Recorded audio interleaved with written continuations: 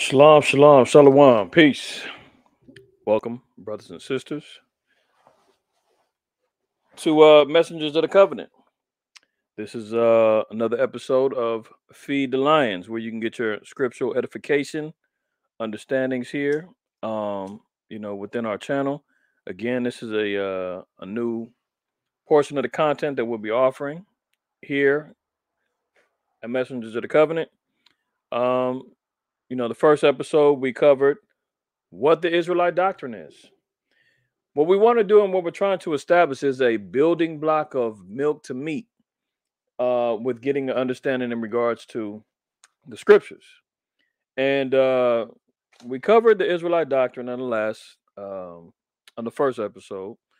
This one, we're going to cover the covenant, thus the name, Messengers of the Covenant, as pursuant to Malachi 3 and 1, the prophecy of John the Baptist being the forerunner, leading the charge and leading the understanding regarding repentance. That's where we got the inspiration for the congregation name. So without further ado, let's get right to it. We're going to discuss the covenant, the establishment of it, and what does it mean for us. This is important lesson to help us understand, because really, when you really get to understand about the covenant, you can see why brothers and sisters are so passionate in regards to understanding our relationship with the Most High Yahweh and His only begotten Son Yahweh Shai. This is why we're so passionate when we hear and see other people claiming to have this relationship and to have this particular agreement with the Most High, Creator of all, and somebody else is claiming that's them, that's their relationship. They did all of it. Nothing could be further from the truth. So let's get to it. First of all, I want to share my screen. I want to share with you the actual meaning of a covenant. Okay, let's go ahead and start here. Let me make sure I'm sharing how I want. Yeah, that's good. Okay. All right. So we're gonna get right to it, man. We're using Strong's the Blue Letter Bible, Strong's Concordance. We're gonna go look into the lexicon. We're gonna look at the word covenant. It's under H1285. That's Hebrew 1285, right? So let's get a quick understanding, and you'll see the Hebrew word baryath, barathaya. So baryath. Let's hear the white man say it. Strong's H1285. Berith. Berith. Berith. If you want to say it in the Assyrian, we're using the ancient tongue, the Paleo Hebrew, which you would say baryath. Okay.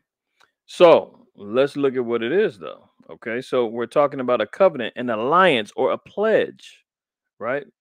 When it's between men, you'll see a treaty or an alliance, constitution or ordinance. Look at this one. This is important here. A constitution or an ordinance between a monarch and its subjects. So think about our relationship with the Most High being the Most High, literal. Everyone else is under him, meaning he is the monarch power of the universe, and we are his subjects. So there's been a constitution or a covenantal agreement between us and him, right? There's an agreement between the Most High and man, an alliance or a friendship. That's interesting.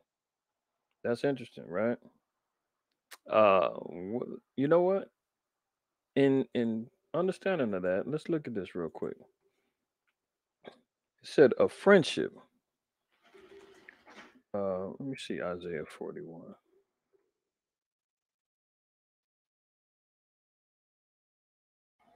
Now look at this. Isaiah 41 and 8. It says, "But thou, Israel, art my servant, Jacob, whom I have chosen, the seed of Abraham, my friend." Do you see why we get so passionate, man, when we start hearing about some other foreign people, some GMO, fake synthetic, fraudulent, trying to pass as real people saying that they have this honor to say that they're the friends of the Most High, that they have a chosen relationship with the Most High. That's completely bogus.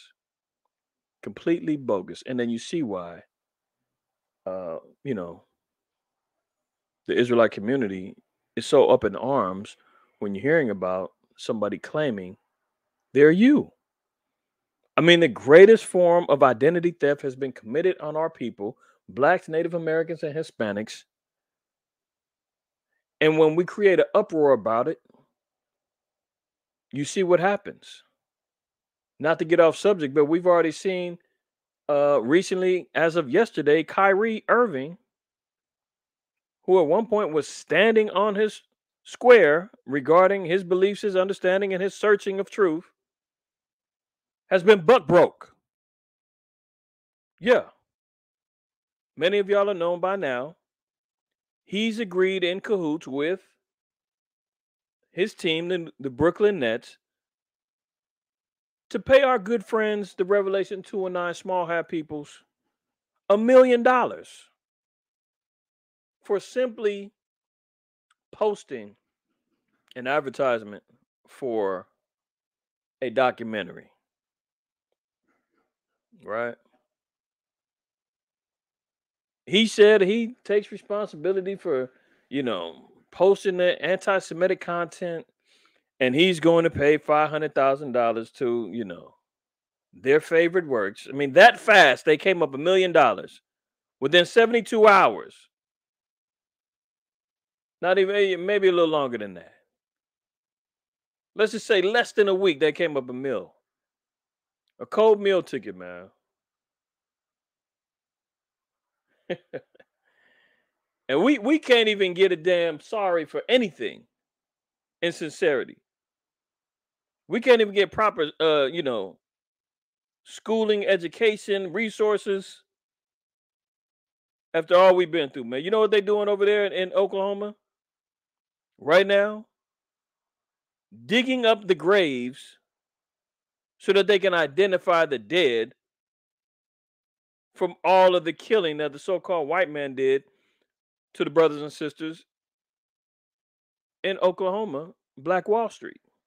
They're doing that currently right now, trying to identify the slaughtered. Not trying to organize reparations, not trying to organize to help rebuild and establish black wealth again. But no. Let's just dig up the old bodies, man, and find out who these people were. So far, I think they found 14 adults, 2 children. Have we heard an outcry of apology for that yet? I digress. See how this stuff be getting you so passionate, man. But anyway, let's look at this one more time. Looking at Bariath, right? Oh, Bariath, I should say. It's the covenant, man, an alliance or a friendship. And who do we see is the friend?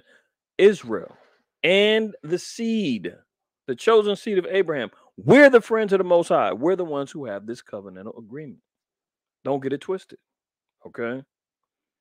Um, and with that being understood, some of y'all know, some of you may not understand or know that there's multiple covenants in the Bible. 5 in particular are mentioned. There's 5 covenants, right? You got the Noahic covenant or the covenant of Noah. That's in Genesis, the 6th chapter. You got the Abrahamic covenant, which we're going to mainly focus on. The Mosaic covenant, which we're also going to focus on. The Davidic covenant, there's another covenant that the Most High made with David in regards to him having a everlasting throne, a dynasty rulership, right? Uh, that's in 2 Samuel, I think the 23rd chapter in 2 Chronicles 7. And then you have the new covenant, which the Christians love, pursuant to Jeremiah 31, Hebrews 8, among others. We're going to mainly focus on the Abrahamic and the Mosaic covenant, okay? Because that's the foundational relationship that the Most High established with us as a nation.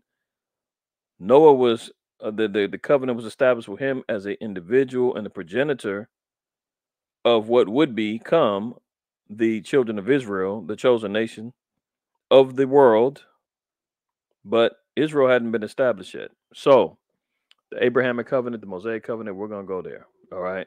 Let's start off with Genesis 17. I'll try to get through this. Matter of fact, I'm gonna probably open up another. Well, I'll keep this other one open so we can ride through it. Okay. So beginning at verse 1, we're gonna read down to 9. It says, and when Abram was 90 years old and 9, the Lord appeared to Abram and said unto him, I am the Almighty Power. Walk before me and be thou perfect, and I will make my covenant between me and thee, and will multiply thee exceedingly. So there's been a covenantal agreement between our forefather Abraham and the Most High God when he was 99. Okay. Verse 3, and Abram fell on his face, and the Most High talked with him, saying, as for me, behold, my covenant is with thee, and thou shalt be a father of many nations. So what we're seeing here is a complete understanding of why and who the Most High established this covenant with, this agreement with, this friendship with, right? It's like he's not with everybody and whosoever. You know, that's the fallacy that gets put out there. The covenant was made with our forefather. This was an agreement. This was a established bond between the Most High and our forefather. Okay. And it says that now shall be a father of many nations. So that doesn't mean that we all descend from Abraham. We'll get to that shortly. Okay. Um, Now if we look at, matter of fact, let's just look at it right now because we're gonna go to Genesis 12. Matter of fact, let's precept that Genesis 12. Most High said it even before then. He was reiterating, I should say, a promise. Genesis 12 and 1, we'll read down to 3. It says, and now the Lord had said unto Abram, get thee out of thy country and from thy kindred and from thy father's house unto a land that I will show thee. And I will make of thee a great nation, and I will bless thee and make thy name great, and thou shalt be a blessing. So the Most High is making a promise and agreement with Abram at the time, that was his name, to make him a great nation. From his loins was going to be a great nation, right? And his name was going to be great. Look, 2022, we're still talking about Abraham. His name is great. His name is solidified. And thou shalt be a blessing. Verse 3, and I will bless them that bless thee and curse them that curse thee. And in thee shall all families of the earth be blessed. So, you know, you get the Christians and all that. They want to try to hang on to this. Oh, look, everybody's blessed. We're all part of Abraham's covenant. No, no, you're not. Stop trying to include everybody. Can we look at this precept? Jeremiah 31 and 1. At the same time, saith the Most High Yahweh, will I be the power of all the who? Families of Israel. That's the families that the Most High is talking about when he says, in thee shall all families of the earth be blessed. Well, how do you say that, IQ? What do you mean? That's not right. You're taking that out of context. Really? Okay. Amos 3 then. Amos 3. Reading verse 1 and 2. Hear this word that Yahweh has spoken against you, O children of Israel, against the whole family which I brought up from the land of Egypt, saying, you only have I known of all the families of the earth. So when the Most High told Abram that in thee shall all families of the earth be blessed, he's only recognizing all the families of the Israelites within the earth. See that? At the same time, saith the Lord, and back to Jeremiah 31 and 1, at the same time, saith the Lord, or saith the Most High Yahweh, will I be the power of all the families of Israel, and they shall be my people. You only have I known of all the families of the earth. Therefore, I will punish you for all your iniquities. So when we see that instance of Genesis 12, verse 3, and I will bless them that bless thee, and curse him that curseth thee, and in thee shall all families of the earth be blessed. We have to understand that he's talking about the families of Israel in the earth, because that's the only families the Lord said he recognizes. Make sense? Simple, right? Okay. Now let's get back to Genesis 17. So we're seeing already an established relationship between the Most High and Abraham is being established right here. So verse 2, and I will make my covenant between me and thee, and will multiply thee exceedingly. So that's what he was going back to in Genesis 12. And Abram fell on his face, and the Most High talked with him, saying, As for me, behold, my covenant is with thee, and thou shalt be a father of many nations. Neither shall thy name any more be called Abram, but thy name shall be called Abraham, for a father of many nations have I made thee. He is the father of many nations.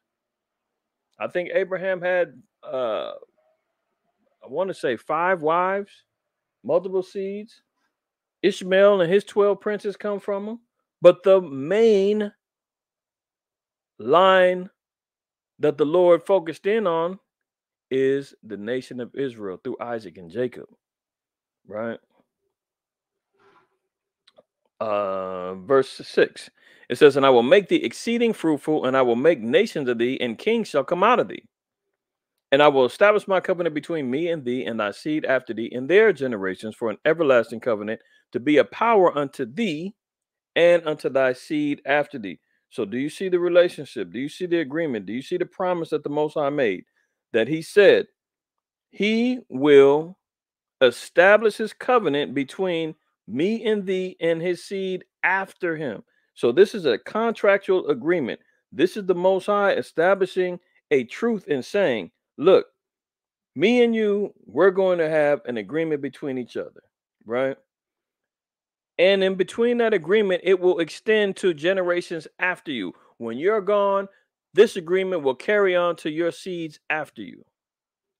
For an everlasting covenant, to be a power unto thee and to thy seed after thee. See, this is a physical bond based upon the seed of Abraham, the bloodline of Abraham. This is promised to. This is not going to transfer into some spiritual covenant. This is not going to transfer off into some other esoteric understanding about how the covenant now has been transferred from one people to another, how it's universal now, how everybody shares this covenant. No, the Lord said, I'm only looking at the seed of Abraham, and it will be passed on to his generations. And that's it. Verse 8, and I will give unto thee and to thy what? Seed after thee. Again, generational. And to thy seed after thee, the land wherein thou art a stranger, all the land of Canaan, for an everlasting possession, and I will be their power. And the Most High said unto Abraham, Thou shalt keep my covenant, therefore thou and thy seed after thee in their generations. So we had an obligation to keep this covenant, to keep this bond, to keep this agreement between us and the Most High. He said he was going to give us a land. Genesis 15:18. It says, In the same day, the Lord made a covenant with Abraham, saying, Unto thy seed again have I given this land. So this is an inheritance. This is why, again, when you see people out here talking about, no, this is my land. I mean, if you can go back and reflect upon the history of the Native Americans and the indigenous tribes that was here in South and Central America and in the Caribbean islands, and somebody came over here, mashed on your land, raped your women, slaughtered your kids, threw them in bondage and in slavery, and said, no, this is my land now. This is all mine. And you never had any say so in it. Let me look at this in Psalms 49:11. And they came out and made this declaration against you. Psalms 49:11. Their inward thought is that their houses shall continue forever. And they say, we're not giving it up. We're not returning this. We're going to create a whole narrative and a whole whitewash history to destroy any memory of you having any part of this book, any part of this covenant, any part of the relationship between the Almighty Yahweh and you, Black and Native Americans and Hispanic. You don't have nothing to do with this, because we're going to maintain and set up a system that is going to make sure that we maintain colonization and control over lands, people's tongues, minds forever. And as soon as you break them chains and you wake up and you say, what the hell happened? Oh, I'm finding out now what's going on. You damn right you're going to be mad. Doesn't the scripture say, surely oppression maketh the wise man mad? When you find this out, it says their inward thought is that their houses shall continue forever and their dwelling places to all generations. They call their lands after their own names. So here they go calling themselves Israelis. They can't call themselves Israelites because they don't descend from the bloodline of Israel. So they call themselves after the land, and the Balfour Declaration of Understanding is saying we were placed here under agreement through the Rothschilds and the English monarchy. See, but the Lord said that He was going to give us the seed. We have an inheritance that's been stolen from us, that's been hidden from us, that's been misconstrued as far as the borders are concerned. You know, they sold us on a narrative, man. Africa's a motherland. That's yours over there. Stay away from these borders right here. You talking about from the river of Egypt. So you're talking about the Nile all the way going east to the Euphrates. We don't have time to go into the land masses. We'll do that another time and look at the maps and everything else, right? But our land extends all the way up into North Africa, into the Levant, and then moving all the way east to the Euphrates. It's much more than a little strip of land that the GMO folks are inhabiting right now. But this was a covenant that was given to our people, right? From the river Euphrates unto the great, from the river of Egypt unto the great river, the river Euphrates. So that was part of the covenantal agreement that the Most High made with Abraham. It came with him being a power over us, right? It came with him giving us land. And he said, all we got to do is abide by the commandment. Why did he choose Abraham?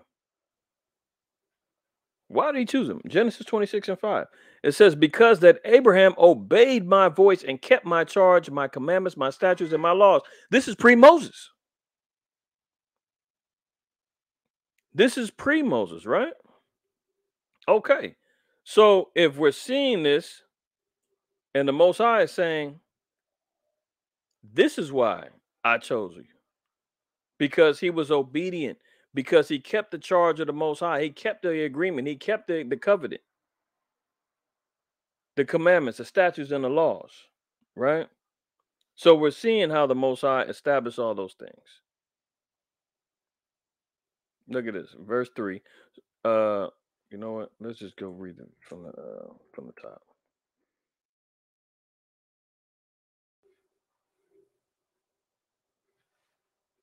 And there was a famine in the land besides the first famine that was in the days of Abraham. And Isaac went unto Abimelech, king of the Philistines, into Gerar. And the Lord appeared unto him and said, go not down into Egypt, dwell in the land which I shall tell thee of. Sojourn in this land, and I will be with thee, and will bless thee. For unto thee and unto thy seed I will give all these countries, and I will perform the oath which I swear unto thy father, unto Abraham thy father. That's the covenant. That's the oath. That's the promise. That's the agreement. The Most High said he's not a man and he should lie in the book of Numbers.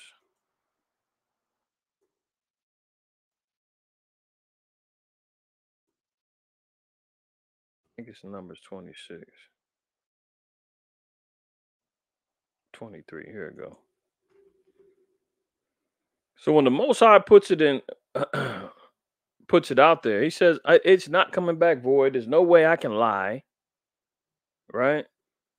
The Most High is not a man that he should lie, neither the Son of Man that he should repent. He have said, hath he said, and shall he not do it? Or hath he spoken, and shall he not make it good? So when he made this oath to Abraham unto Isaac, the Most High said, if I said it, I'm going to do it. Don't question me. Just do what I tell you to do, Isaac. Reading on verse 4, it says, and I will make thy seed to multiply as the stars of heaven, and will give unto thy seed all these countries, and in thy seed shall all the nations of the earth be blessed. See, that's why we have to stress that seed, right? Um, let's go back over here. Genesis 17. Let's see how it was solidified. Hold on. Watch that. Genesis 17. We'll go back over there. We'll pick it up at verse 10 now. It says, this is my covenant which ye shall keep between me and you and thy seed after thee. Every man child among you shall be circumcised. So that was the binding agreement. That's what made the covenant relevant and real.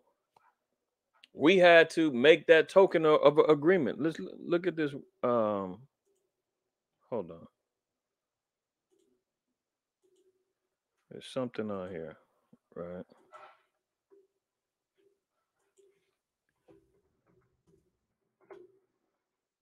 I think it's on here. Oh, look at this. See? Uh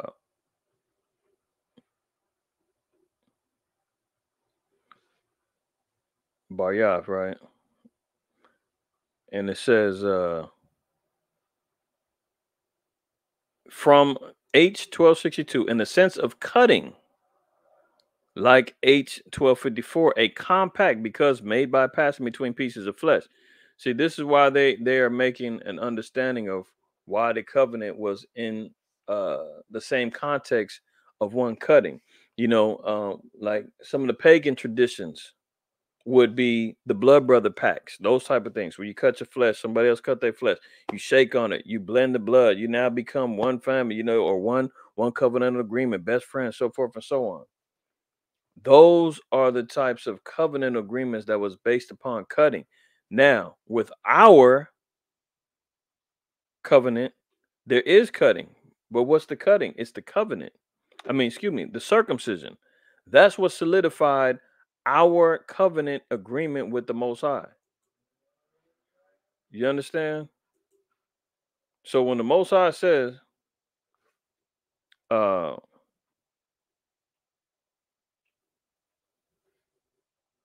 see here, and bara, it means to cut down. We're just talking going back into the root of the words, right? So it's going back into cutting because made by passing between pieces of flesh. See, a confederacy, a covenant, or a league, right? So now when we go back over here, this is why the Most High said that the covenant had to be based upon this cutting because it's in the name. That's what the Most High recognizes as a solidified agreement. He said there's got to be a cutting of the flesh amongst the men so that it can be solidified as a confederate agreement. This is my covenant which ye shall keep between me and you and thy seed after thee. Every man child among you shall be circumcised. So, the essence or understanding regarding circumcision, is it still valid? Should men still be circumcised? The answer is yes. That's still part of the covenant agreement. That's still being under the bonds. But we'll talk about the covenant at another time. We'll talk about that at another time. The bond of the covenant, the circumcision, that was never ceased. We can't talk about one jot or one tittle, shall in no wise pass from the law, and the customary ways that the Most High established the covenant has changed. But again, that's another subject. Reading on, it says, and ye shall circumcise the flesh of your foreskin, and it shall be a token of the covenant betwixt me and you. And he that is 8 days old shall be circumcised among you, every man child in your generations. He that is born in the house or bought with money of any stranger which is not of thy seed. So it said, even if you weren't of the seed, if you was a heathen, you was part of the household of servitude, you still had to be circumcised. Right? Verse 13. He that is born in thy house and he that is bought with thy money must needs be circumcised. And my covenant shall be in your flesh for an everlasting covenant. You see that? That's the Baryath or the Barayath. See? His covenant shall be in your flesh for an everlasting covenant. That's the reminder. That's how we know of our relationship and our agreement with the Most High. Verse 14. And the uncircumcised man child whose flesh of his foreskin is not circumcised, that soul shall be cut off from his people. He hath broken my covenant. Okay. So we see what that relationship boils down to and why and how the covenant was solidified. Verse 15. And the Most High said unto Abraham, as for Sarah, Sarai thy wife, thou shalt not call her name Sarai, but Sarah shall her name be. And I will bless her and give thee a son also of her. Yea, I will bless her, and she will be a mother of nations. Kings of people shall be of her. Then Abraham fell upon his face and laughed and said in his heart, shall a child be born unto him that is 100 years old? And shall Sarah that is 90 years old bear? And Abraham said unto the Most High, oh, that Ishmael might live before thee. And the Most High says, Sarah, thy wife, shall bear thee a son indeed. Why did he flash back? Because he was able to bear seed with Hagar, had Ishmael, the father of the Arabs. You can read about that in your Bible dictionaries, where I already recommended that in the Library Chronicles, episode 1. The Israelite must-have books. You got to get that Zondervan Bible Dictionary. That's the one I recommend. There are others, but when you look up Ishmael or Ishmaelites, you'll see that they are the father of the Arabs. Okay. So he's saying, this is my firstborn. Only if you would allow Ishmael to carry on my name, and I don't need to have another son. No. Man, Sarai is old. She's 90. We tried bearing seed before, it didn't work out. She's barren. Lord, she's not going to have another. She's not going to bear a seed for me. And the Most High says, Sarah, thy wife, shall bear thee a son indeed. And thou shalt call his name Isaac, and I will establish my covenant with him for an everlasting covenant, and with his seed after him. So this covenant will not stop. It's everlasting, and it's going to carry on through the seed of Isaac. As for Ishmael, I've heard thee. Behold, I have blessed him, and will make him fruitful, and will multiply him exceedingly. 12 princes shall he beget, and I will make him a great nation. So there you see. The Most High said, great, nations are going to come after you, so forth and so on, or come from his seed. He made good on it. But my covenant, that's the important part. You can have the fleshly things, the covenant, that agreement, that confederate relationship between the Most High and the seed of Abraham, Isaac, and Jacob. That is invaluable. Invaluable. But my covenant will I establish with Isaac, which Sarah shall bear unto thee at this set time in the next year. And he left off talking with him, and the Most High went up from Abraham. So he received understanding, he received counsel. The covenant now has been passed down through understanding, going through Isaac now, right? Let's look at Genesis. Let's look at Genesis 21. And this we just talked about that regarding Isaac's relationship and the Most High administering unto Isaac and letting him know regarding the covenant and how it will be carried on through him. So I can't put the wrong Genesis 21. Through him and his seed after him.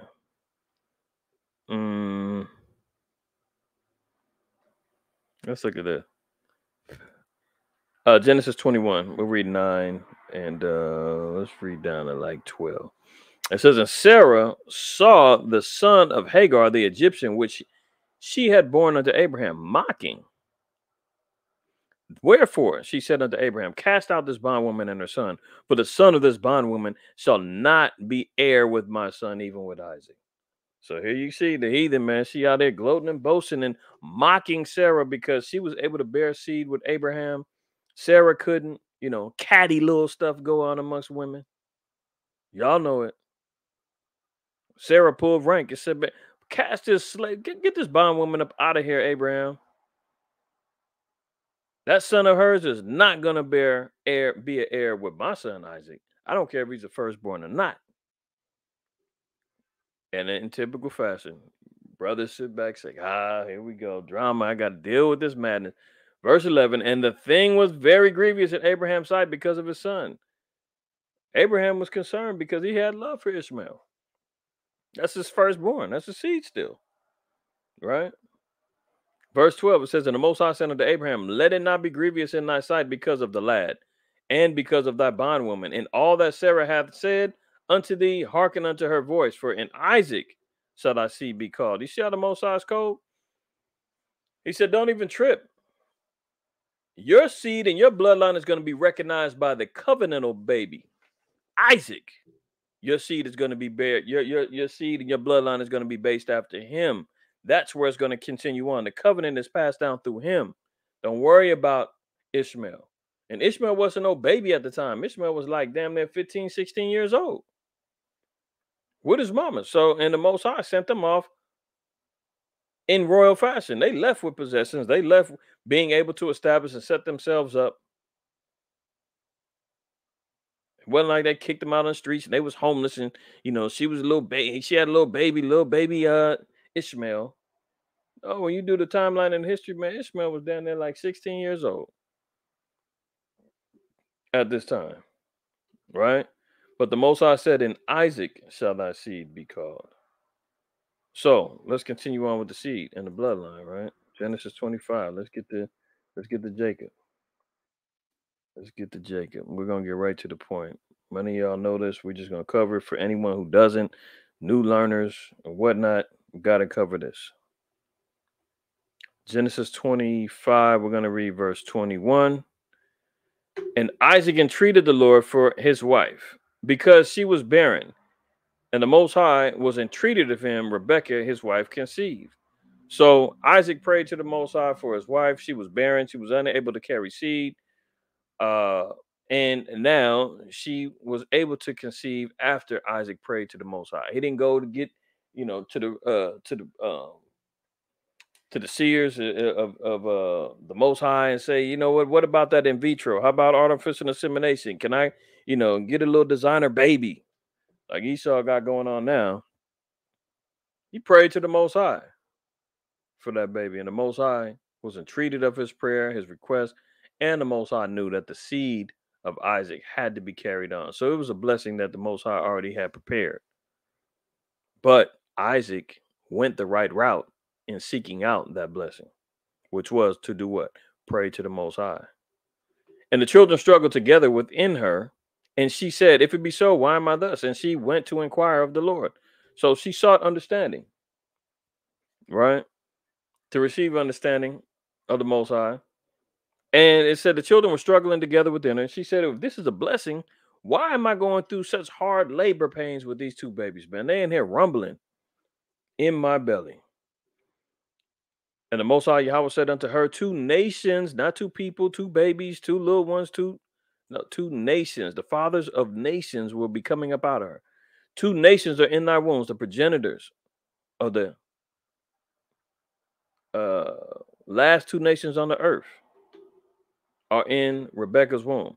Two nations are in thy womb, and two manner of people.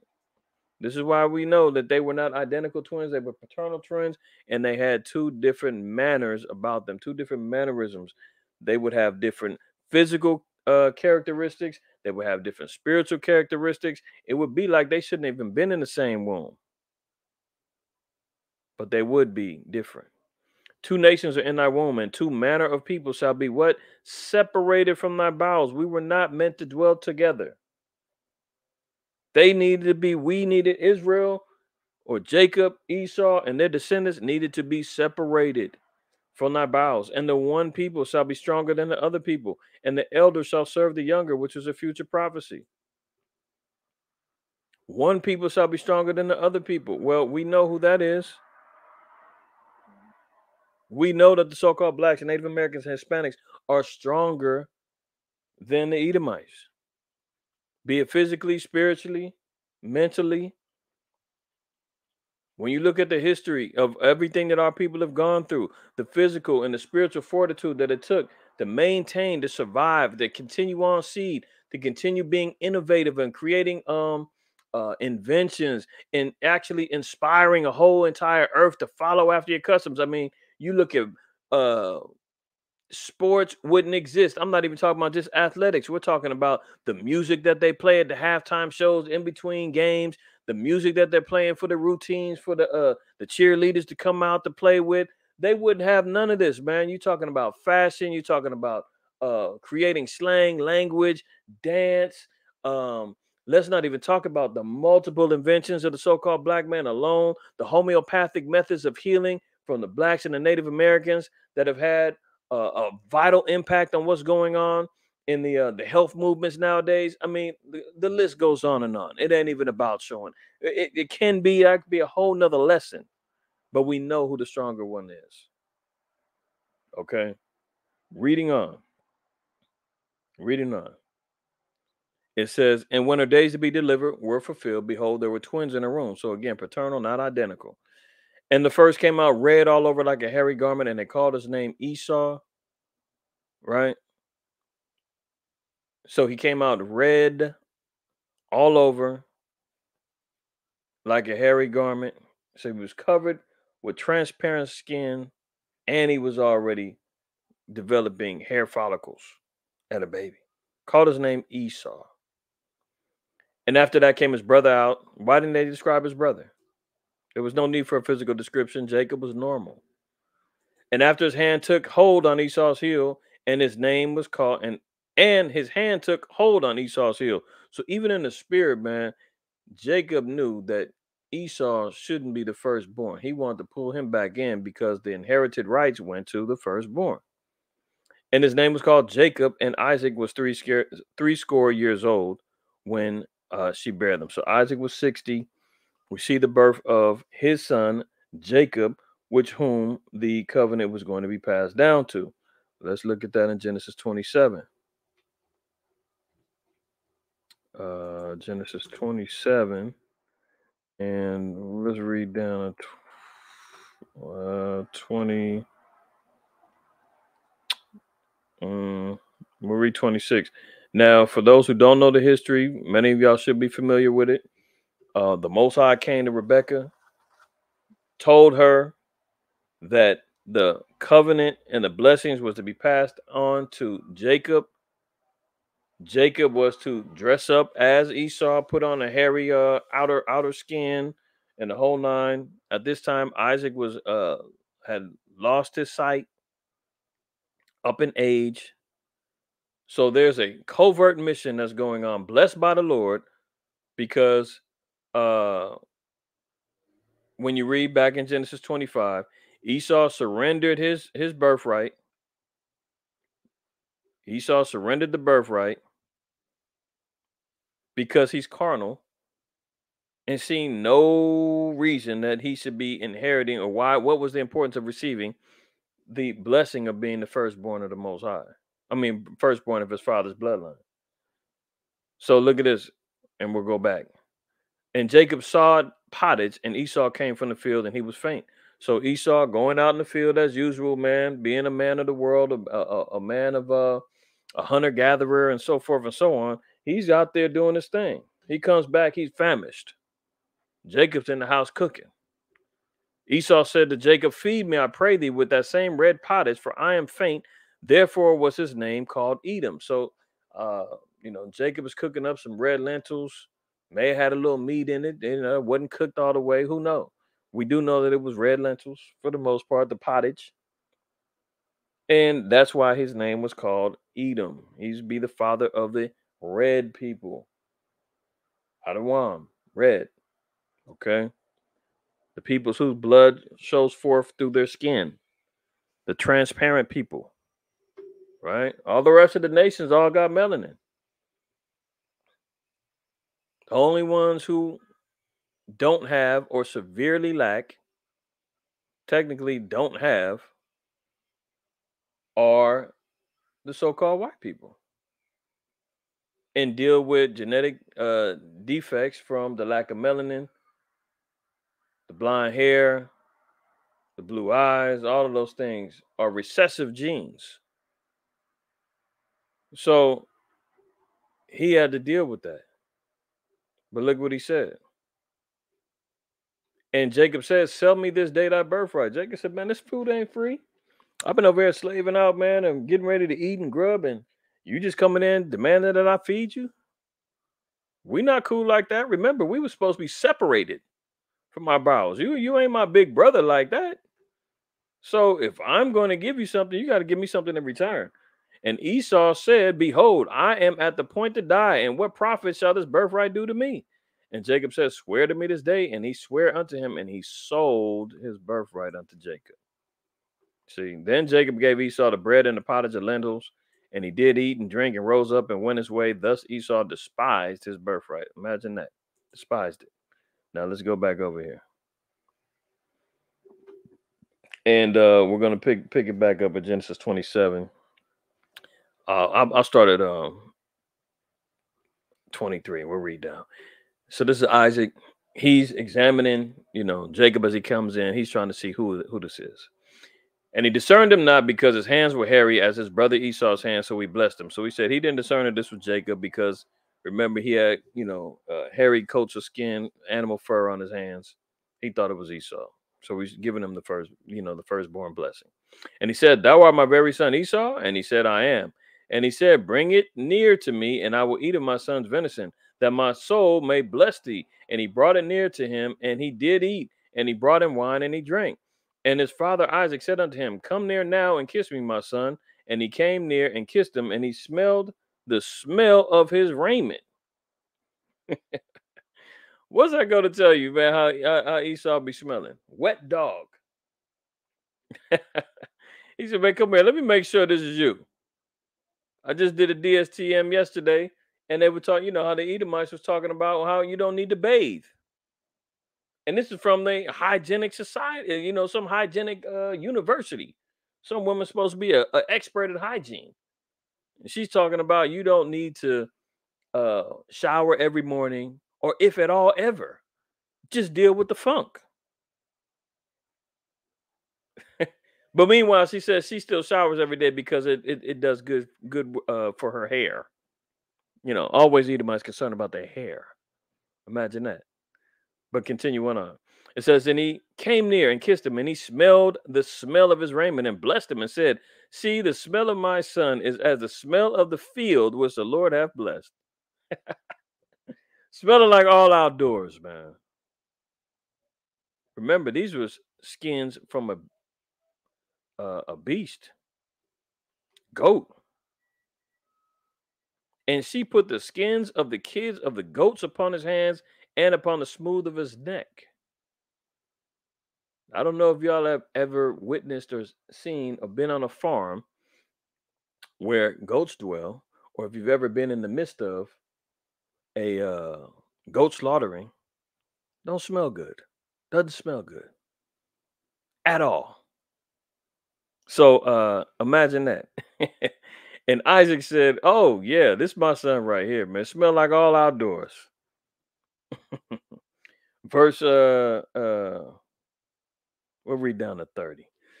"Therefore the Most High give thee of the dew of heaven and the fatness of the earth and plenty of corn and wine." So the Most High empowered and gave uh this blessing that was intended for uh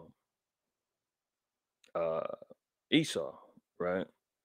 It says, "Let people serve thee and nations bow down to thee.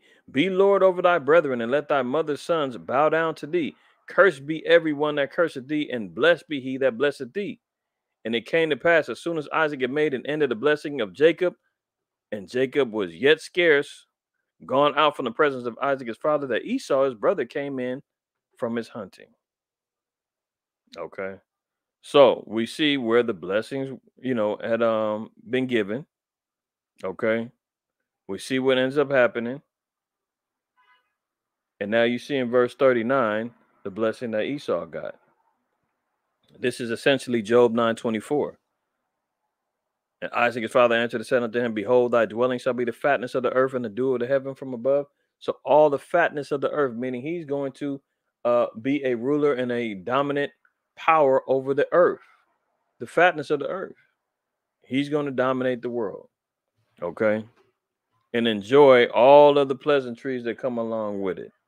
When the so-called white man says he's enjoying manifest destiny and all of that, he understands and knows why he's been given dominion over the earth.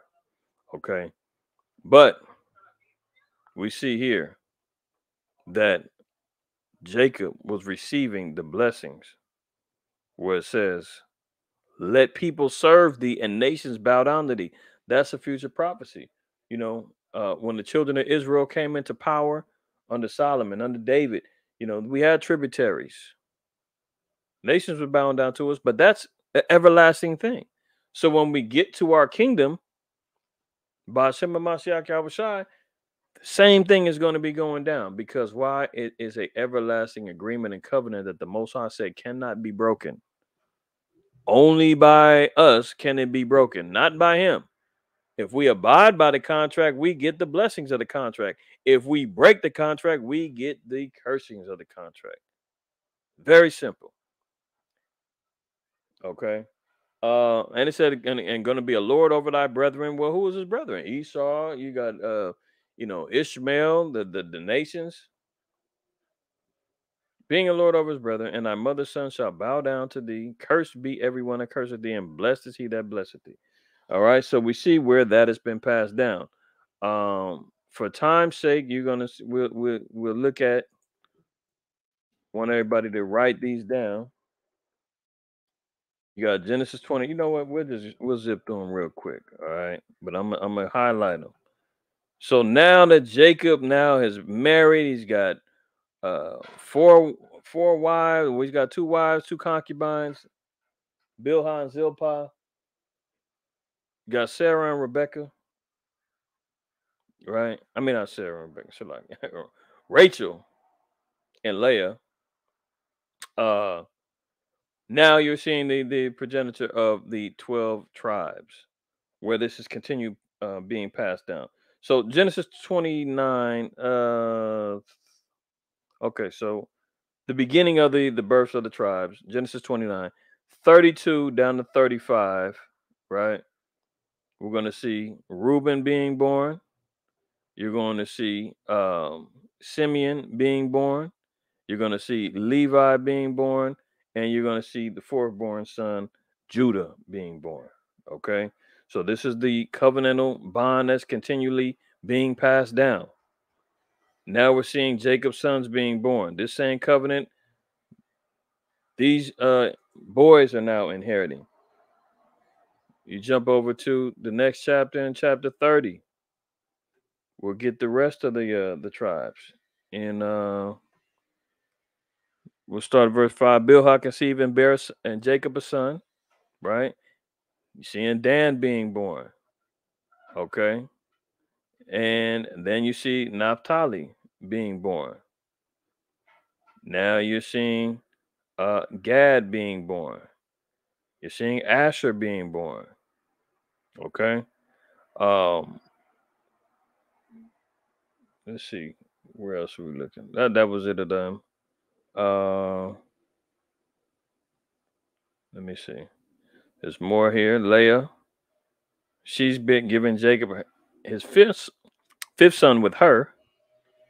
Issachar being born. Zebulon being born. Right. Now Leah also had his only daughter, Dinah. Okay. Uh, Now you're seeing Joseph being born. And then if you get to Rachel, so we're seeing all the generations being born. Genesis 35. And this is where Rachel finally has a son for Jacob. And she had Benjamin, and she died after giving birth. Okay. So there's the 12 sons. and the one daughter being born in Genesis 29, 30, and 35. Let's move on over, man. We want to look at the Mosaic covenant as well. So we see the everlasting covenant that was given to Abraham, that was solidified by the circumcision. It was passed down to Isaac, passed down to Jacob. Jacob had 12 sons. This covenant now has been passed on to the 12 tribes, right? So now if we move on, we have another covenant, the Mosaic covenant, that was given to us and established by blood. What's wrong with that? Want to do Exodus 24? Okay. So if we look at Exodus 24, we'll look at the blood covenant or the Mosaic covenant that was established through blood. All right, solidified through blood. Uh, verse 3, Exodus 24, verse 3. And Moses came and told the people all the words of the Most High Yahweh and all the judgments, and all the people answered with one voice and said, all the words which the Most High Yahweh have said will we do. And Moses wrote all the words of the Most High Yahweh and rose up early in the morning and builded an altar under the hill and 12 pillars according to the 12 tribes of Israel. So we see the symbolization. We see why it's important, because that covenant was passed down to the 12 sons who fathered the tribes, which eventually became the nation of Israel. Reading on, it says, and he sent young men of the children of Israel, which offered burnt offerings and sacrificed peace offerings of oxen unto the Lord. And Moses took half of the blood and put it in basins, and half of the blood he sprinkled on the altar. So again, we're seeing blood. There isn't a cutting anymore, but we are seeing evidences that blood was necessary, the life, as it says in Leviticus 17 and 11, that the blood is a life. So the Most High wants that blood. He wants the life. He wants to see life being shown as a sacrifice to him. What are we willing to give up to solidify this relationship with him? So sacrifices were made, right? This is the blood covenant that's being established through Moses. Verse 6, and Moses took half of the blood and put it in basins, and half of the blood he sprinkled on the altar. And he took the book of the covenant and read in the audience of the people. And they said, all that the Lord have said will we do, and be obedient. There's the agreement. There's the covenant. And Moses took the blood and sprinkled it on the people and said, behold, the blood of the covenant, which the Most High Yahweh have made with you concerning all these words. So now we're seeing that the laws, the statutes, the commandments, the Mosaic essences of this covenant was being solidified, that we had to do everything that was contained within the books, everything that was contained on the tablets of stone uh, that Moses presented. Let's look at this in Exodus 24 and 12. It says, and the Lord said unto Moses, come up to me into the mount and be there, and I will give thee tables of stone and a law and commandments which I have written, that thou mayest teach them. So this is part of that Mosaic covenant, that Moses was received the laws, the tables of stone, the commandments, that they should be taught to the children of Israel. And what did the children of Israel do? They said, all that thou hast said will we do. This is later in the chapter. Okay. Let's jump over to Exodus 31. Let's flip flop a little bit. Exodus 31. And let's read verse 18.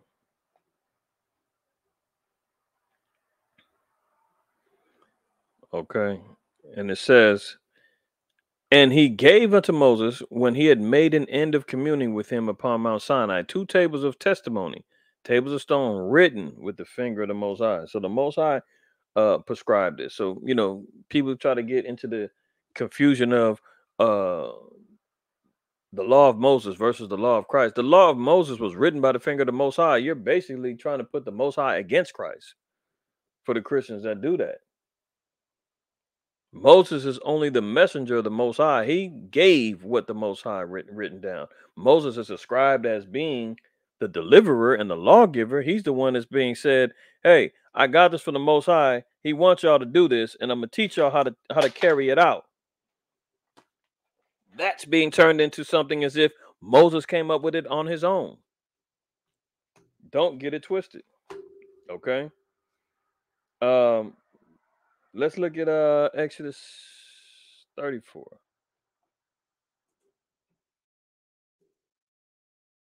Exodus 34. Let's read the 27th verse. Okay. And it says, and the Most High Yahweh said unto Moses, write thou these words, for after the tenor of these words, I have made a covenant with thee and with Israel. So, do you see that? That's the Mosaic covenant that the Most High said that he gave instruction to Moses to write down what he told him to do and make the covenant with him and with Israel. All right. What else was part of that covenant?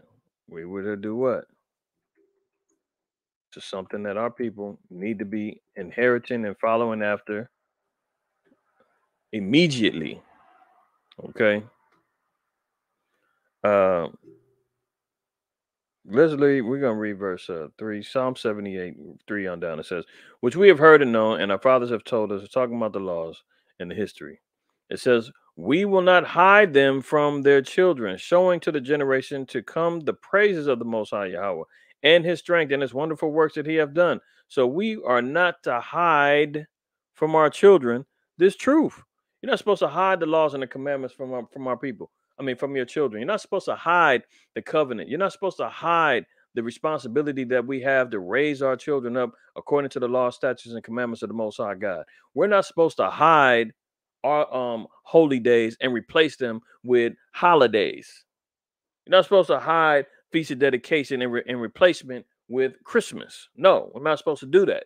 You're not supposed to say we're keeping Easter and not the Passover. No, you're in dead wrong spirit, understanding.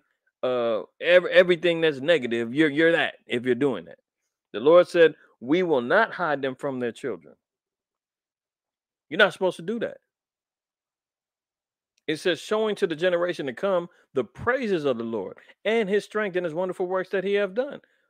Why? Verse 5. For he established a testimony in Jacob and appointed a law in Israel, which he commanded our fathers that they should make them known to their children, that the generation to come might know them, even the children which should be born, who should arise and to declare them to their children, that they might set their hope in the Most High Yahweh and not forget the works of our power, but keep his commandments.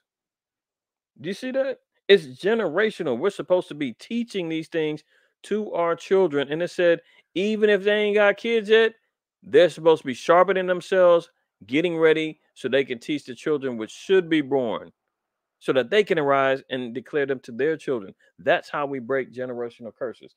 That's how we get back in alignment with the Most High as a nation of people. That's how we won't have to worry about 14 shot in Chicago on Halloween night. That's how we're going to realize that we're not going to be mourning and you know, brothers and sisters ain't going to be out there mourning rappers every other month because they're getting targeted and shot down and killed and robbed and so forth and so on. That's how we're going to make sure that our daughters ain't learning how to twerk and slide up and down poles and ain't rapping F and F lyrics with Glorilla and the rest of these, you know, WAP singing uh, heathen broads that's out here, you know, destroying our generations, man. That's how we're supposed to break them things, is by getting back in alignment with righteousness, getting back in alignment with order, with structure, statues, you know. Verse 8, it says, and might not be as their fathers, a stubborn and rebellious generation, a generation that set not their heart aright and whose spirit was not steadfast with the Most High. This is what happens when a generation doesn't set their heart in order, doesn't have their set in their mind right. The spirit is not going to be steadfast with the Most High. So when the spirit ain't with the Most High, who's it with? You answer that. All right. Let's one more classic in Psalms. I know this one. Psalm 147.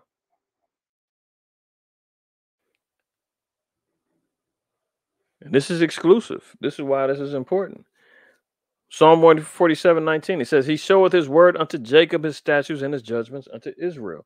So the Most High said, I'm only showing my word, my statutes, and my judgments unto the children of Israel.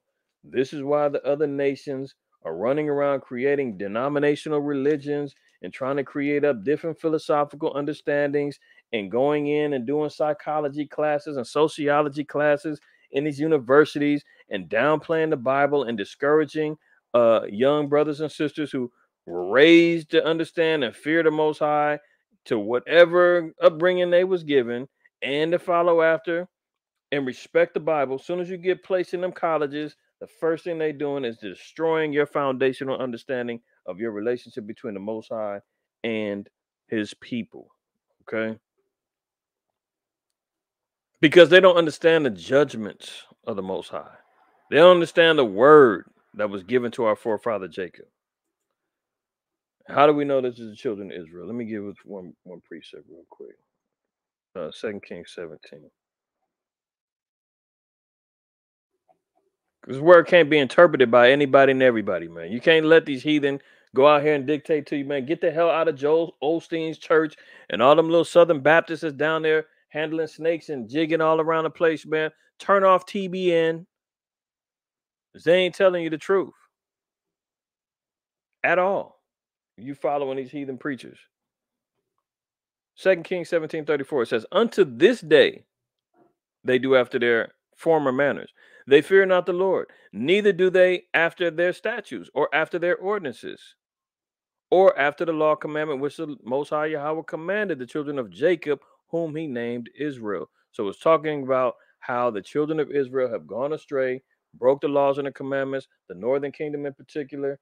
They were in complete rebelliousness to the Most High's laws, and they got taken away into the Syrian captivity. See?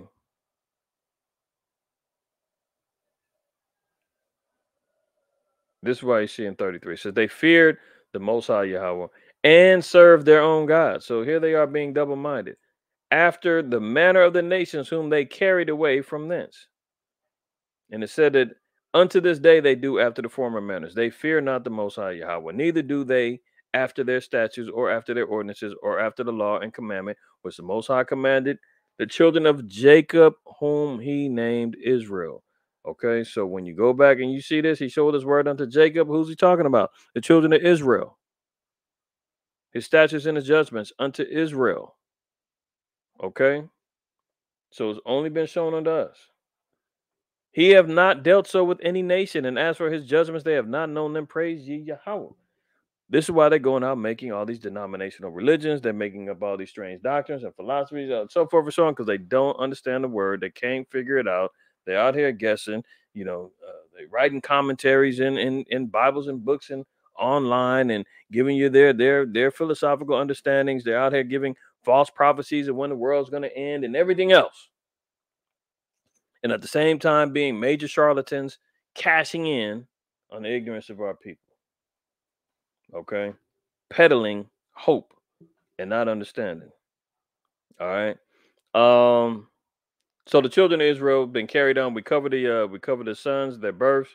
We covered the Mosaic covenant established and solidified by blood. We're seeing how the Most High is continuing on with the teaching of the laws as part of our agreement. This is what we said we would do as part of the Mosaic covenant, that we would keep the law, statutes, and commandments, and face the consequences if we didn't.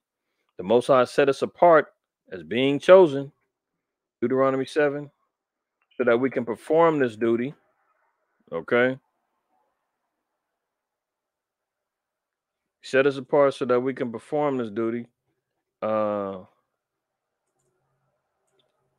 me see.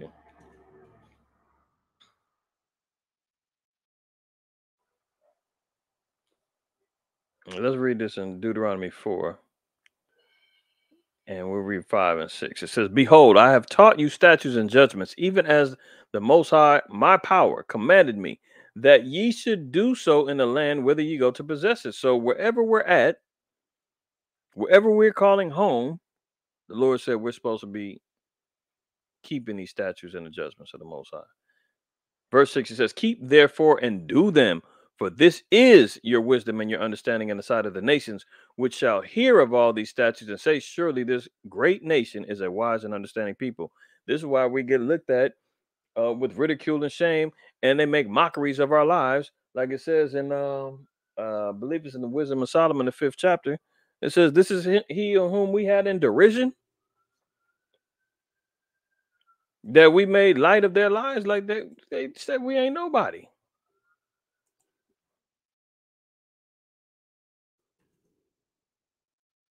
Oh shoot. Let me see. I think it's in the 5th chapter. Let me double check. Yeah, see. It said, "Now, if we kept the laws and the commandments, man, the nations would be in awe of us, saying, surely this is wise and understanding people." When we don't, what happens? "Then shall the righteous man stand in great boldness before the face of such as have afflicted him and made no account of his labors. When they see it, they shall be troubled with terrible fear and shall be amazed at the strangeness of his salvation, so far beyond all that they look for. And they repenting and groaning for anguish of spirit shall say within themselves," they ain't gonna say it out loud, "This was he whom we had sometimes in derision and a proverb of reproach, who, Salakia, we fools accounted his life madness and his end to be without honor." That's what happens when we don't keep the laws and the commandments. The heathen take full advantage of us. And they say it within themselves. They won't openly admit it. They won't say that there's a conspiracy. They won't say that they've been hiding purposefully our history, our laws, our commandments, our bloodline. They won't say it.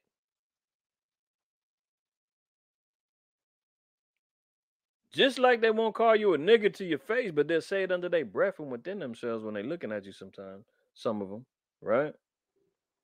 This is the type of attitude they say. They come repenting and groaning with anguish of spirit. They're gonna say within themselves, "This was he? These niggas, these spicks, these wetbacks, these angry black women? What? This was he whom we had sometimes in derision. We had him in confusion. We had them running around like chickens with their heads cut off. We had them bumping into each other. We had them with the crabs in the barrel. We had the Willie Lynch syndrome locked down. And a proverb of reproach, every derogatory name known to man, they called us. Savage, wicked, evil, criminals, niggas, wetback, spicks, tontos, red engine, all that stuff, man. Proverb of reproach.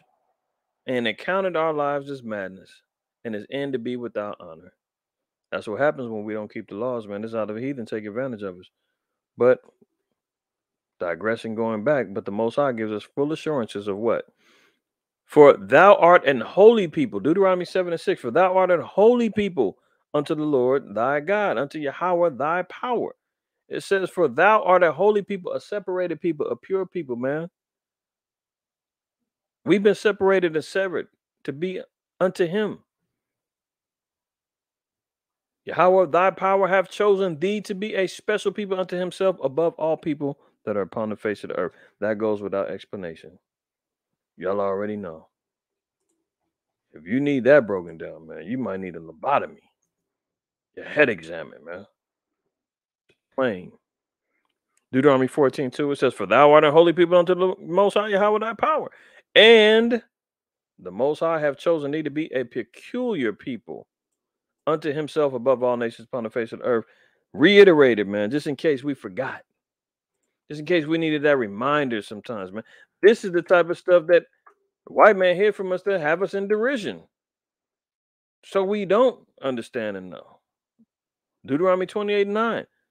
"The Most High Yahweh shall establish thee an holy people unto himself, as he hath sworn unto thee." This is a vow that the Most High made. He said, "I swear to you, those people are my people, holy, and they're mine." See that? Unto himself. He said, "Man, I swear those are my people, man, and nobody better not say nothing."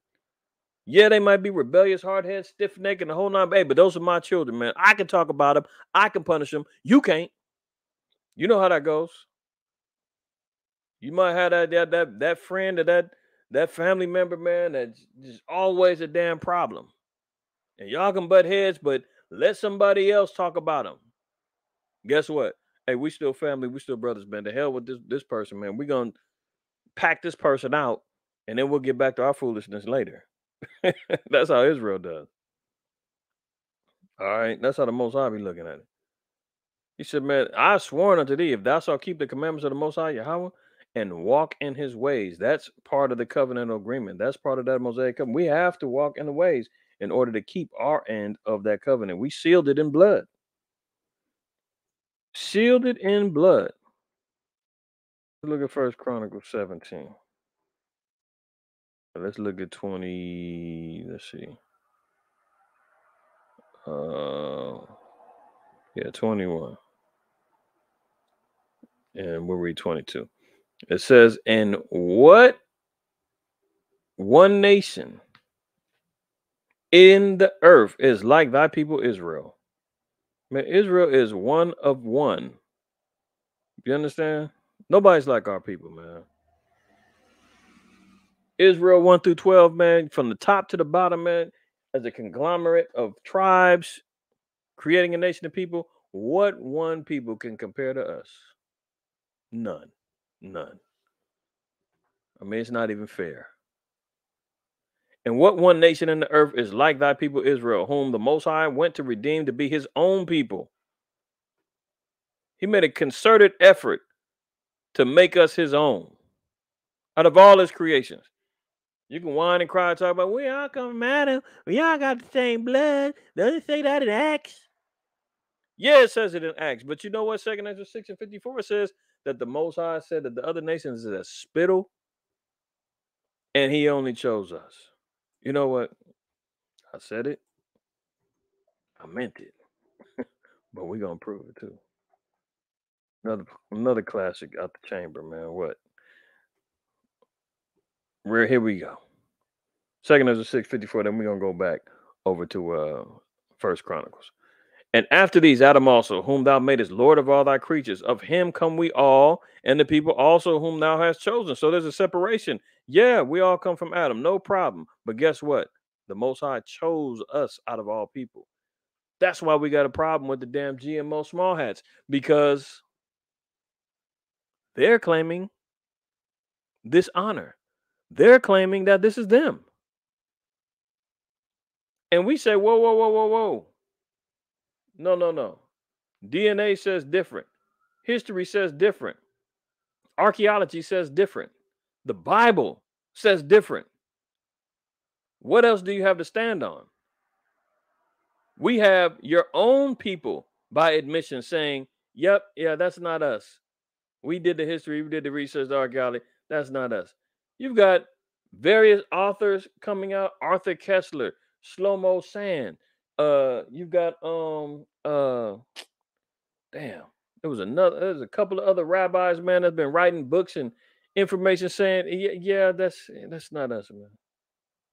Damn it, we've been duped. Yeah, we're the, Ashkenaz, the Khazarians. Yeah, we're more close to that bloodline. That's us over there. Yeah, we got no connection to the people in the Levant like that. Whoops. So we've got multiple witnesses, multiple reasons to say this is not you. And you mad because the lid's been blown off? It's too late now, man. So yeah, we're all come from Adam. But the Most High said, even of that, I chose the people about Adam. "All this have I spoken before thee, O Lord, because thou madest the world for our sakes." The world is ours, right? "As for the other people, as for the other nations, the other heathen, the goyim that the GMO small hats like to say, which also come from Adam, thou hast said that they are" what? "Nothing, but be like unto spittle, and hast likened the abundance of them unto a drop that falleth from a vessel." The last drop that comes out of a bottle of water, Gatorade, whatever, unless you just that pissy, sloppy alcoholic that's licking the rim of the bottle, you don't give a damn if there's you pour that last drop, man. It is what it is. There's nothing left in it. The Most I said, that's how I feel about the nations. All right, I'm not even gonna read the rest of this for time's sake, but Anyway, you know what time it is. Read the rest of this, and you're gonna understand the plight that happened to the children of Israel. I want to get back over to First Chronicles 17 before we close out. Um, Getting back, it says, "And what one nation in the earth is like thy people Israel, whom the Most High went to redeem to be his own people, to make thee a name of greatness and terribleness, by driving out nations from before thy people, whom thou hast redeemed out of Egypt. For thy people Israel didst thou make thine own people for how long? Forever." There's no spiritual Israel. There's no grafting in of the other nations and saying we're Israel too now. No, the seed carries and bears on. Jeremiah 31 says, if the sun and the stars and the earth cease from giving their light and all that before us, then so will the children of Israel. And that ain't happened. So it continues on forever. For thy people Israel didst thou makest thine own people forever. And thou, Yahweh, becamest their power. Their power.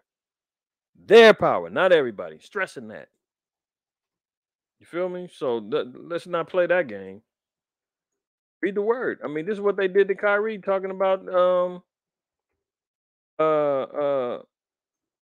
the Hebrews, the Negroes documentary,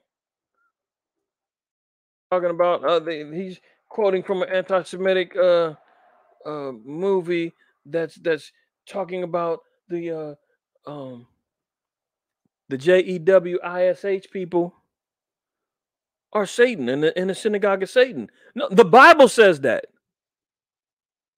I mean, would they like to go to the scriptures and actually see? Why is that in the Bible? Who are these people that proclaim to be Jews and are not, that worship out that are compared to the synagogue of Satan? Who are these people? Did the Rolling Stone editor whose name uh, is a Stein, and you know what people with that suffix Stein on the end of their name, you know where they descend from. So it's no wonder I'd be shocked if see, now I got distracted. Um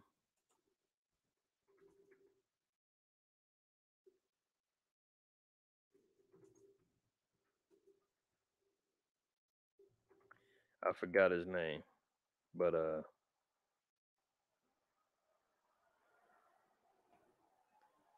see, and this is a whole nother thing, man. We'll go there next. We'll go there another day. See the anti-Semitic movie peddling Jewish slave ships as if they didn't have anything to do with uh the transatlantic slave trade. Okay, we got more than enough info to show and books and references to show that they show did. But look at this guy, John Blystein, Blistein, and you know the Steens, Harvey Weinstein, those Steens. You know where they come from. So, ironically, they put good old John on the case, uh, you know, to attack the brother. And sure enough, it worked. He caved in. He had to give up 500 racks, 500,000 racks, I should say. Okay, in order to make good, make good. See, look at this. It's those extremist sects. They immediately start talking about us. They don't talk about, he talks about the documentary later on. But because it's so eerily similar of these guys, we got to immediately talk about them.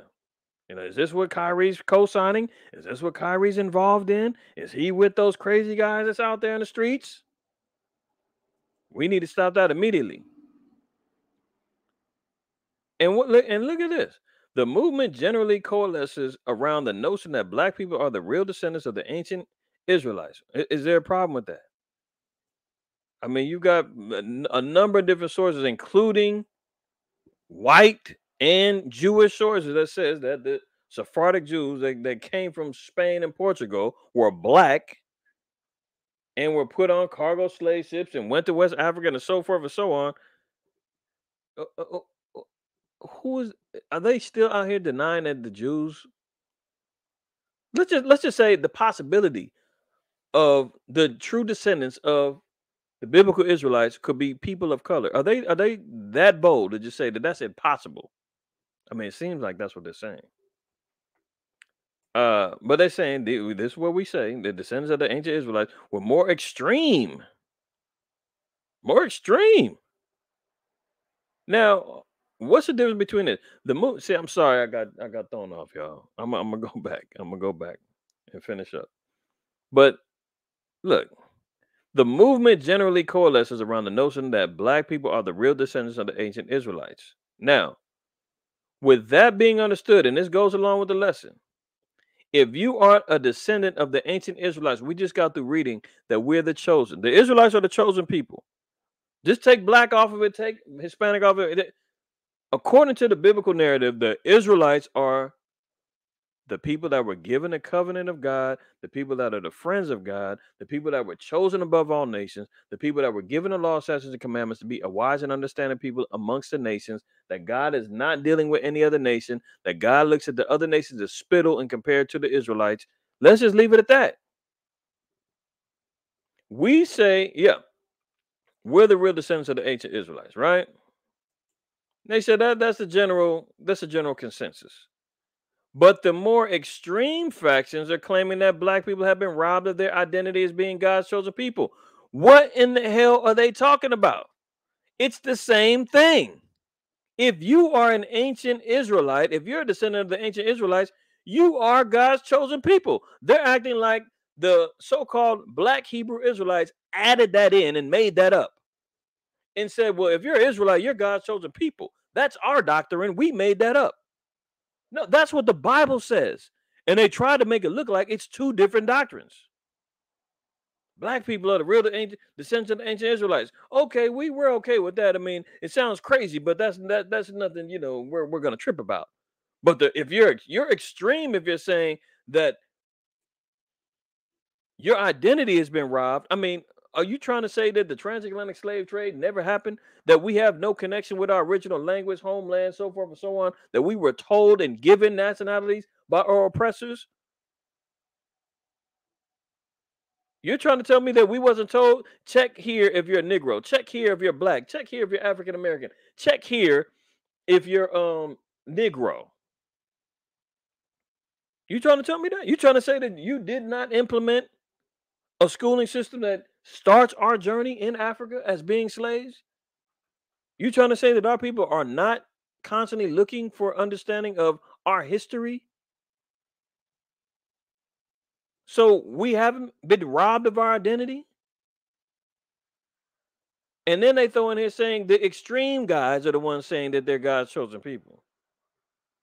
The good old SPLC is where they extract this information from. Now, I'm going to wrap it up with this. Look, it's those extremist sects that have often parroted classic anti-Semitic tropes. Classic anti-Semitic tropes, huh? Like claiming European Jews, often referred to as a synagogue of Satan. Where is that at? Where is that at? Did the Israelites, we just made that up? We just said, oh, we're going to call the European Jews a synagogue of Satan. Okay, I'm done with this. I'm done with this. It's just unbelievable, man. Unbelievable. But if we uphold this, for thy people Israel didst thou make thine own people forever, and thou, Yahweh, became as their power, that's extreme. But guess what? The Bible is extreme. We're reading the Bible. Hello? What the hell are you talking about? This isn't something that the black Hebrew Israelites made up. The so-called black Hebrew Israelites that you love calling us. We didn't make that up. That's what the Bible says about God's people. We put the pieces of the puzzle together. All praise, honor, and glory to the Most High, Yahweh, to the elder brothers above and ancient men before me. Put the pieces of the puzzle together and say, hey, wait a minute, that's us. This doesn't even match these other people. But that's extreme. That's extreme. You calm down. You rebellious Negroes, rebellious niggas. See, they even I don't know if it was in this I don't know if it was in this article, but in one of these was it this one? Yeah, look at this. Hours before another Brooklyn Nets loss on Thursday, noted quote free thinker and basketball player Kyrie Irving. Do you see what it means to be a quote unquote free thinker? If you're not free, then your thoughts are in bondage. Who controls the lock and the key to your cell of thought? Who feed? I mean, listen, you're talking about thoughts being controlled, regulated. Imagine not being free. That means that you are imprisoned. That means that you were told when to wake up, when to go to sleep, when it's time for child, who you can bunk with, who you can be friends with, politics inside of the penitentiaries. Tell you who you can collaborate with, who you can't. That's imprisonment. That's what they're saying your thoughts are. How dare Kyrie be a free thinker? That's a quote, as if that's something that should be illegal. Hope y'all caught that. But I'm gonna leave that. I'm gonna leave that there. I'm gonna leave that there. Let's get a couple more before we close out, man. Unbelievable. Exodus 19. Let's read the sixth verse. Actually, we're going to read verse 5. It says, now therefore, if ye will obey my voice, see again, it comes with obedience, it comes with following instructions. If ye will obey my voice indeed and keep my covenant, then ye shall be a peculiar treasure unto me above all people. Oh, there it goes. Extreme. Extreme. Because you got black and Hispanic men reading this on the corner saying, this is you, Israelite man and woman. Embrace this, but you got to be in obedience to the Most High to be under this covenant. And the Most High is going to have us be above all people. That's extreme. Shh. Verse 6. And ye shall be unto me a kingdom of priests and an holy nation. These are the words which thou shalt speak unto the children of Israel. So a kingdom of priests, a royal priesthood, man. The Levites, lawyer, are the ones who were consecrated, separated, drawn unto the Most High, right? These are the ones who the Most High consecrated to be separate. What's it mean to be a priest, huh? A Kohath, a Kohan.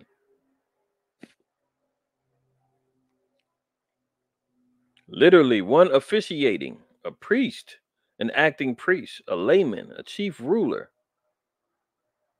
See, these are all anointed positions that the Most High said we will be a nation of Kahans or Kohans. See, the paleo was Kahan, but you see the line. But it said that we were going to be chief rulers, a nation of chief rulers, principal officers. When you look at Levi, oh, shoot, look at Levi, tell you that his name means joined unto me. So when the Most High said that we were going to be a kingdom of priests, meaning that our position was to be continually joined unto him and to be chief rulers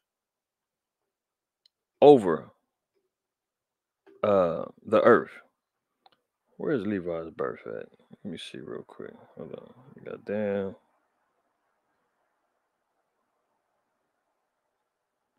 Why am I tripping?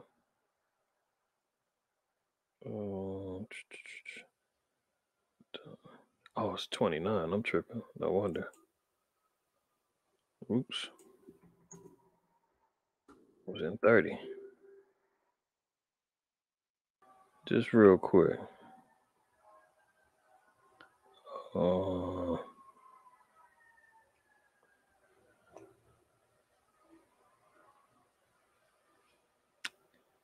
and let's look at.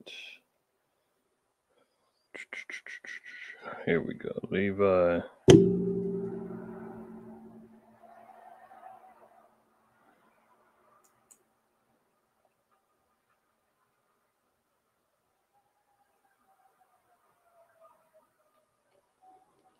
Let's look at Levi.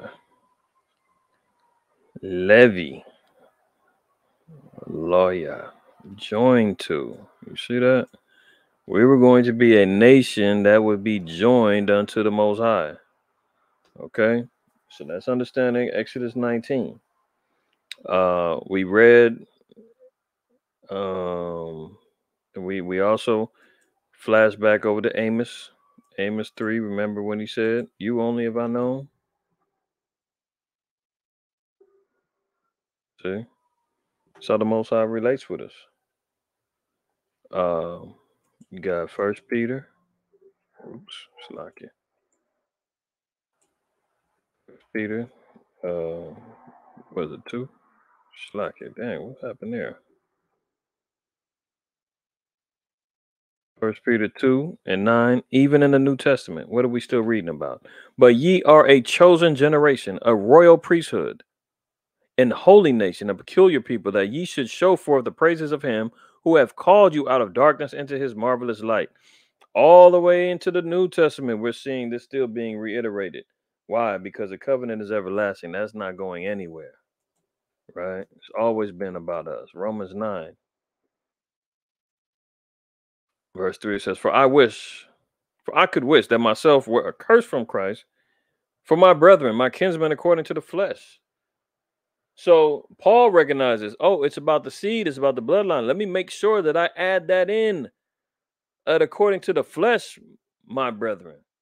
I wish that I could take on the cursings of Christ and the afflictions and the pain that he suffered, man. If I could, take on those burdens from my kinsmen according to the flesh, man, I would serve my purpose. But who's he acknowledging as his brethren and his kinsmen according to the flesh? Who were Israelites, to whom pertaineth the adoption and the glory and the what? The covenants and the giving of the law and the service of the Most High and the promises. All praise, honor, and glory to the Most High, man. Let me read one more and then we're going to close out. Luke. Let's go to Luke 1. Let's go to Luke 1 and let's read. You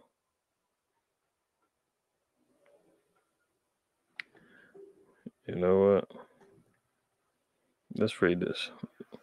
Luke 1, we read 67 on down. It says, And his father Zacharias was filled with the Holy Spirit and prophesied, saying, Blessed be the power of Israel, for he hath visited and redeemed who?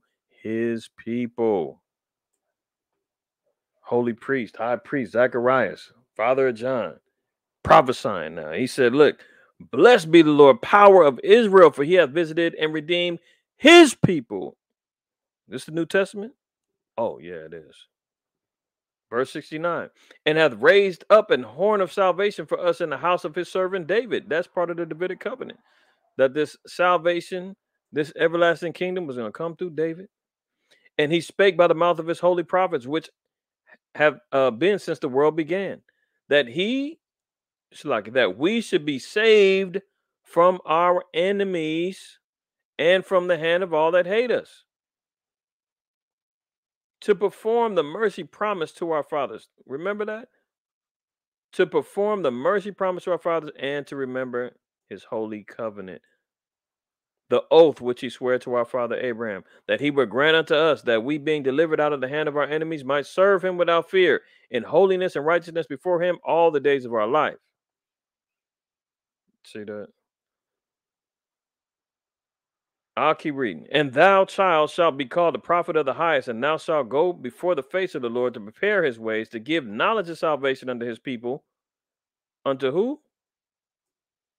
Unto his people, not the world, by the remission of their sins, through the tender mercy of our power, whereby the day spring from on high have visited us to give light to them that sit in darkness and in the shadow of death, to guide our feet into the way of peace.